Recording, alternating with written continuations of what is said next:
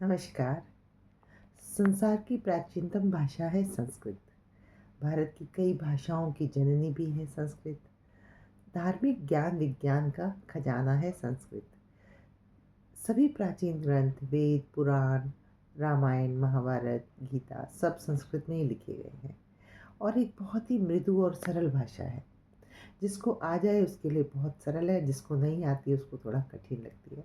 लेकिन मैं चाहती हूँ कि इसका ज्ञान सभी को प्राप्त हो। तो जितना भी मुझे आता है संस्कृत भाषा का ज्ञान, मैं आप सब में बाँटना चाहती हूँ निःशुल्क। कभी भी एक क्लास 1 घंटे की दिन में 1 क्लास लेंगे। आप लोगों को जैसी सुविधा हो आप मुझे कमेंट में बताएँ और मैं जल्दी से जल्दी आपको ये ज्ञान देना चाहती हूँ।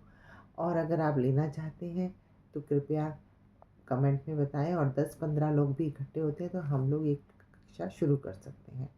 तो जैसा भी हो मुझे अवगत कराएं। धन्यवाद।